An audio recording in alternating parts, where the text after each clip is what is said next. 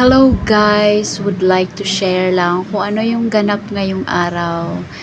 Yung masaya at busog na food trip. Ayan yung grupo namin trip ngayon na mag food trip ng durian. So ayan, pumasyal kami sa magandang pamilihan dahil sa may mga sariwa, katakam-takam at murang mga prutas nila dito sa bangkiruhan ng Davao.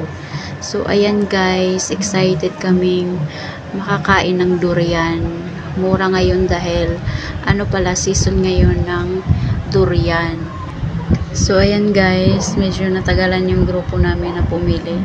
Siguro sa dami ng pwede mong mapagpilian, yan narito yung ano namin, taga-libre sa amin.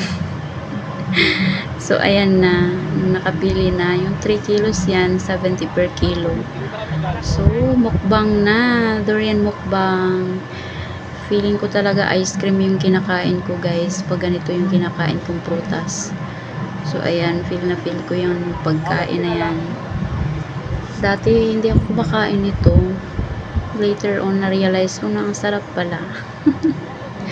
So parang you are left behind if you are residing in Davao and then hindi ka kumakain ito. Parang hindi ka taga Davao.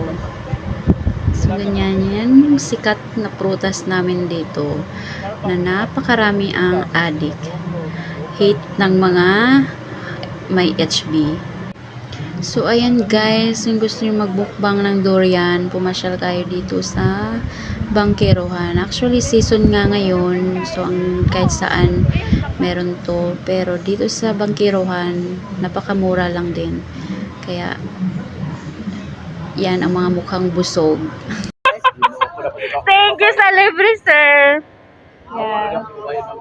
Dapat kayo nga siksikayo. Mamo.